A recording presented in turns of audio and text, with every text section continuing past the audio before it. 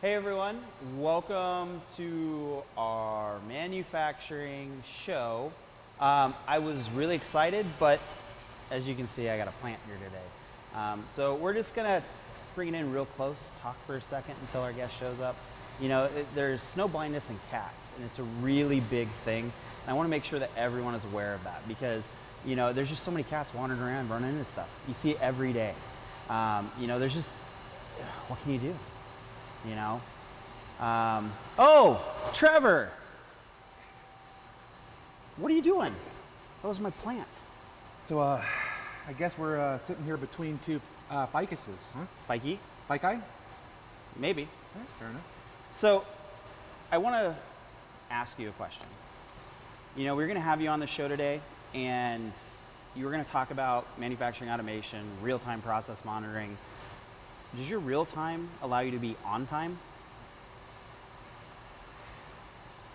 Well, actually, in better situations, yes. Better, more competent people would have had no problem with this. But here we are. But here we are. So you're telling me it's not the software's fault? No, it's absolutely not. It's definitely mine. Okay. So one of the things I will say, actually, some of our customers that have used real time have actually determined. Why, hello. What is this? It's my buddy. Did you just get bumped by Buddy? I got bumped by Buddy. Well, I guess we should Cheers cheers to that. You're not drinking? Cheers to you. We're not drinking? What are we No, doing? no, we're being normal, good people today. Man. I know it's a rarity for you, but you're going to have to get used to it. I know. It's been 26 seconds since I've had a drink. That's terrible for all of us. Yeah. That explains the edge. Yeah. So we had a lot of callers. I don't know what they did, but we had a lot of callers. And so I'm going to ask some random questions. No. We already talked about snow blindness in cats. Oh, here's a good one. So you look like an overgrown 12-year-old. I mean that nice. I really do. How do you encourage kids to become involved in public access TV? Automation. Well, actually, it's an interesting topic, you know, even for a 12-year-old like me. Well, I mean, you're trying to cover that up. Without it's a baby face, and it's embarrassing for all of us. But actually, getting kids involved in manufacturing is pretty awesome. Actually, with the proud parent of a 2-year-old, getting him involved with putting things together so he understands mechanical fundamentals. Also, there's a growing array of toys that I'm very interested in that encourage programming skills. So, you know, when we were talking on Netscape the other day, one of the things that we were talking about was you had a little bit of a story about a bicycle or a moped or a go-kart, and your son was helping you with that? So one of the earlier fundamentals, I was out working on a bike that I'd destroyed on a ride. These things happen. And my son came out and he was helping me with the tools. He was handing me the tools. He was getting very excited about working with me. And at the end, he would put the bike pump out. He put the air handler on the bike and started pumping the wheel. You know, he wasn't doing anything, but sitting down and encouraging him to be taking part of these mechanical fundamentals, he came in the house prouder than I've ever seen that little 2-year-old do. And the same is true for getting children and younger folks involved with manufacturing in general. Getting those foundational skills and working with them so that they can expand upon their knowledge is amazing. Okay. I think we'll have some other questions related to that a little bit later, but I guess, what question do you have for me? Because this is supposed to be a two-way street, man. Well, Mike, I think this week has shown that it's obvious that there's good machinists out there. What makes a good CNC operator, and do you know any? I don't know any. Oh, wait. No, I'm supposed to say, yes, I know a lot of people. So, what's the difference between a machinist and an operator? The buttons they push? No. A machinist generally starts in the more traditional methods of manufacturing. That's generally what we think of when we think of machinists, right? We think of the folks that came up, they learned all the tips and tricks. There wasn't, at that time, a lot of automation, so they had to make do with what they have. When we look at what is considered an operator today, there's lots of derogatory comments that get made around pushing buttons, but really an operator is someone that can set up and effectively make the machine make a good part reliably. Well, they should be able to make it reliable. That's sort of up to QA, QC, SPC, ABC. I'm waiting for you to tell me which one's the right one because I don't know. Yeah, that's very obvious. Hey, this is my show. That's true. What are you doing? Are we gonna have a cage match? That's going to come. We got the Okay. chairs. It's happening. Okay. Well, Woosah. Okay, I'm gonna ask the next question. Oh boy. I've heard people don't always like working with you, and I know we just talked about cage match, but there's this whole discussion of reshoring. Can you tell us a little bit about that? I mean, that means people would have to come back and work with you, but I think that's what that means. Can you explain that? Absolutely. You know, I understand. I've talked to me as well. I understand not wanting to listen to me either, and I appreciate you taking the time to do so today, even though I know it must hurt you. Well, But- so you do remind me of someone, but I'll let you go because later on I thought I was getting another guest on here, but we'll talk about that a little bit later. Go ahead, keep talking about reshoring. So, with reshoring, with automation and modern automation techniques, bringing jobs back to the U.S. is it's a big deal because we have a lot of people out there who can work on the equipment, have worked on equipment in the past. On top of that, automation improves quality across the board when done well.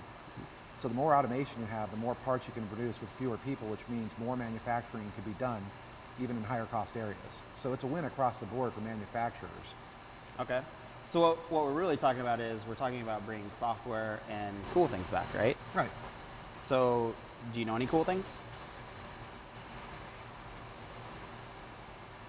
I mean, I know about a lot of automation things, but I guess Okay. that's not cool enough. Is this automation? I don't know. Can you explain it to me? Well, I don't know. He said his name was Johnny. Oh. He had a buddy that was wanting to build a community Skynet or something like that. I got kicked off instantly after, I logged in once. It was something about they want to program their own robots. I don't know. Cyberdyne is real and it's watching. Really? Yeah, all the time. Is that on my Windows phone? BlackBerry? I didn't realize that you could still get those. It's very impressive. Oh, I'll show you my pager afterwards. It still works. Yeah. Fantastic. Yeah. Me and one other person. The whole network's just you two. Yeah. Yeah. And So- the amount of data we can get is amazing. So, Mike, there's a lot of smart equipment in this room. Two questions for you. How can it be used for smart manufacturing? And if it's smart equipment, why are they letting you near it? So I'm in here illegally. Okay. This is not even supposed to be happening right now. That's very obvious. Yeah. When I Given the leave, prep we've gone into this. yeah. Hey, I spent 3 weeks setting this up after hours when the janitors left. So bear with me. I'm doing the best I can. But when we're talking about smart manufacturing, we're definitely talking about people smarter than me. Maybe smarter than you. It seems a much easier bar to Okay. cross. Okay. So we're setting the bar for smart manufacturing. It's really low, by the way. But when we're talking about smart manufacturing, what we're really talking about is the ability to connect all the machines, have the right information, bring the correct input together. So it's, really, when Bob orders something, Bob gets what he needs, and everyone in the communication stream is together. Some would say there's a platform that connects people, I think. I don't know. Hey, I'm going to ask you a question. Nuh-uh, you don't get, no, this is one-on-one.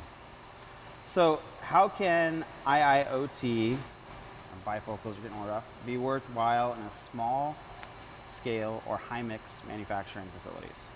Well, having a lot of experience with IoT across multiple sizes of companies, I can tell you from the small to the large, it's all useful. IoT is becoming increasingly low cost. Even on a small manufacturing floor, knowing when your parts are done being produced or the various pieces of processing data around them is useful for making sure your customers are happy, getting their parts on time, on quality, designed right, and shipped right. Okay. So as you get towards more mixed manufacturing types, the wealth of data you have across the board with a well-planned IoT deployment allows you to see insights into your whole factory, not just parts of it. We've had customers and we've talked to people that have even gone so far as to do surrounding equipment like input power, the water temperature from the water lines coming in from the outside Okay. to make sure that their parts are being made right. I think I've seen a movie on that. Was that a Stephen King one? Was that it? Oh, that's it, yeah. That's it? Okay. Then what's IIoT? Now I'm confused. What does it stand for? Well, for the people in the audience, all 10 of them, I'm sure, are watching. No. We have 4. 4. See? 4. Well, you got to count past your individual fingers, and I think you'll get there. Oh. Use both hands. I think you'll get Both? the right number. Yeah, both. I can't do that. There's at least 8. Really? Yeah. What about toes? If we use that, we're still at 8. That's how numbers work. Smart manufacturing. That's right. Bars set low. So, IIoT, what does that stand for? Industrial Internet of Things. Now, it's funny to me. I've worked in this industry for so long. I remember when it was just Internet of Things before it started becoming your toothbrush in your house, which, that's a wildly separate conversation. But the idea of Industrial Internet of Things is that equipment is now smarter. There's a lower cost point of entry for smarter devices that can be used to track various bits of data across the board. At no point does anything have to have everything. You can mesh together a whole bunch of new devices or smaller devices that have point inputs that allow you to have a much better picture of everything across your entire industrial facility. Okay. So that was the Skynet thing you're talking about. Yeah, exactly. Okay. We're getting there. Okay. We're getting there. Not smart. All right, smart guy. You know a lot about robots. This is a question from the audience that I really appreciated. What was the name of the robot from Lost in Space? Robot. Robbie. Hey, you. I thought I had you on that one. No, you just said robot. I was replying. Was that the correct one? Oh, I'm sorry. That was credit too soon. A for effort. A for effort. F for actual I'm pretty results. sure they said hey, you at some point. That's true. I mean, that's what I would say. So let's look at what makes you passionate about spending time with me and manufacturing. Well, I'd love to say it's your rugged good looks, but here we are. Hey, it's the light. It adds 37 years. It's accurate. With that level of input, I would have thought more. Is that IIoT? It's input? IoT. That's it is. That's we're tracking your age with the chips, Cyberdyne style. So I can talk about the passion about manufacturing, though. I mean, that's how the world works. It's how everything comes together. It's how. Whoa. What kind of show are you operating here? Well, that's not me. Well, that's extremely concerning.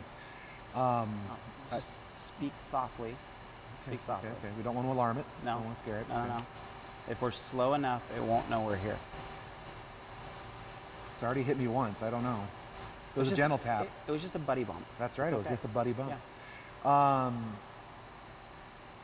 Everything we do, everything we have around us is manufactured. And that is a constant across every place we go. It's always there.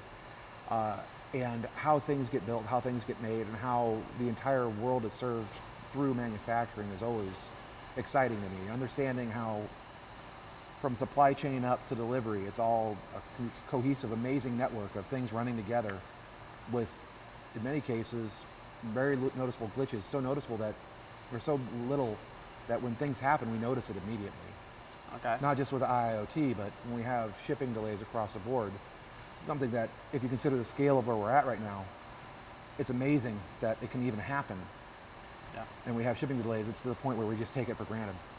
Okay. So it's not Amazon stuff just doesn't magically appear somewhere? Like it actually, someone manufactured that and designed it? Had to be designed, made, built, shipped. I'll have to ask my Amazon driver now where he designed it at. He's got a factory he goes to at night. Like this? No. Oh. Okay. Oh, your turn. Sorry.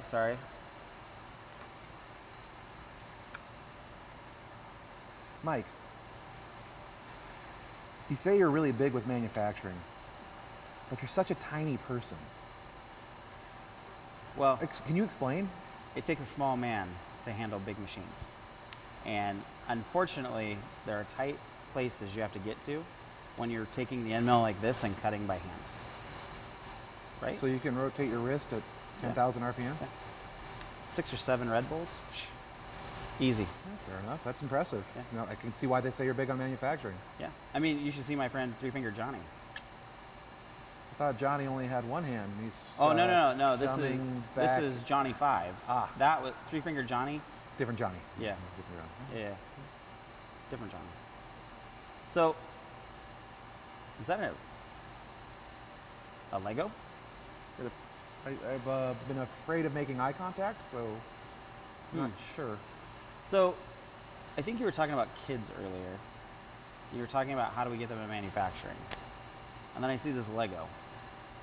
You think Legos have value? I mean, maybe that's what Johnny's telling us?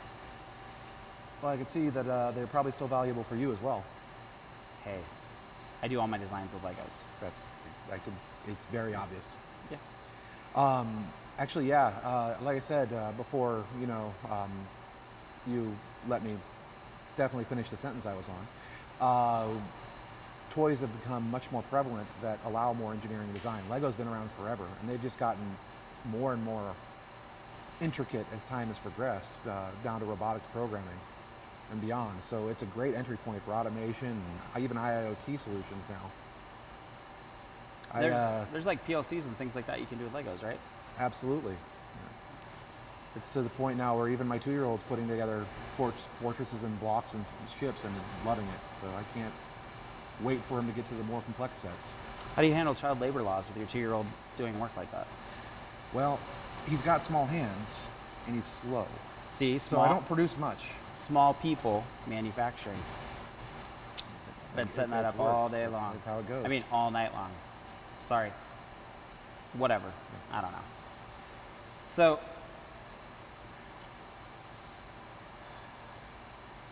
I think what we're going to do now is we're going to transition to some of our, how many you say, 8? At least 5. 5? Oh, and maybe a couple people are in here by mistake. Yeah. Let's go to some of our first-time caller, long-time listeners. Who has a question? It's okay, janitor. You can ask a question. You can tell with your show's popularity with the massive audience participation rates you get.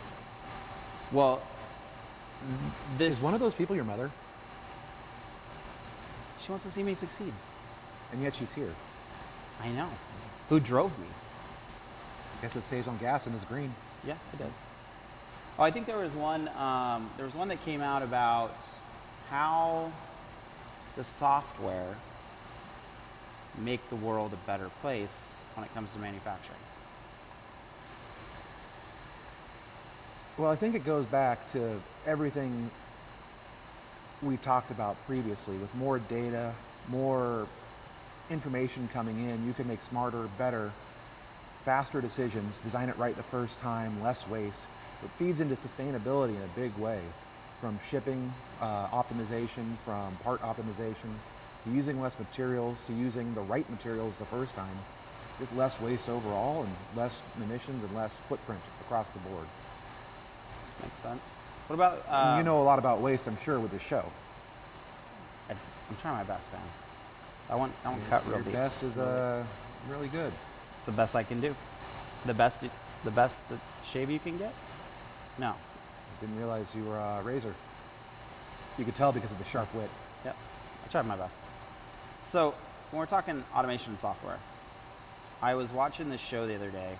It was like a black Firebird with a car that could talk and drive on its own. I don't remember what it was. But anyway, that was all software control and ran. So do you think in the future we'll have cars that can drive on their own? Maybe electric cars? Electric cars would be cool. Electric cars would be cool. Yeah, I could see someone making a lot of money on electric cars someday. I think it might be a growth industry. Yeah. They could tell their finger on the pulse and everything. We should probably What insight. Somebody should probably buy some stock. Or, look into how they could design electric cars. Yeah, yeah. I should write that down somewhere. Hey, Johnny, can you take some notes for me? I thought you said not to call attention to him. He's my only friend. I thought your mom was in the audience. She doesn't like me. She's just here to support me. That's fair. I understand her feelings completely. Yeah, I mean, I'm trying. So That's good job. we're now down to the janitor. I think I don't have any more questions for you. I mean, oh, I know. You look like that country singer guy.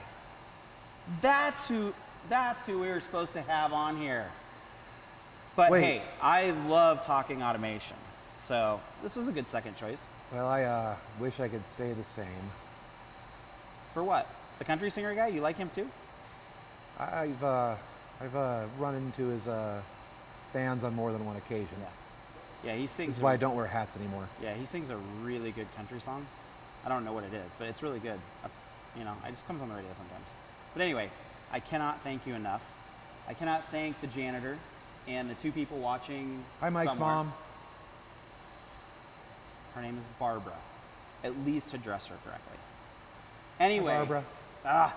I'm trying to close out this show. Can and I you're get a just ride home running too? in. Hey, we're on a moped. I'm trying to close out the show. What are you doing, man? I guess I'm the mean one today. Anyway, I'd like to thank you all, 2 people, for joining in. I hope there was a little bit of discussion about manufacturing. I hope you like Johnny 5. Johnny, yeah, and the airplane. Thanks for tuning in. And at some point, we'll have a more in-depth discussion about marbles. Come back on for that? I'll come back on for marbles. Okay. Thanks, everybody. Cage match.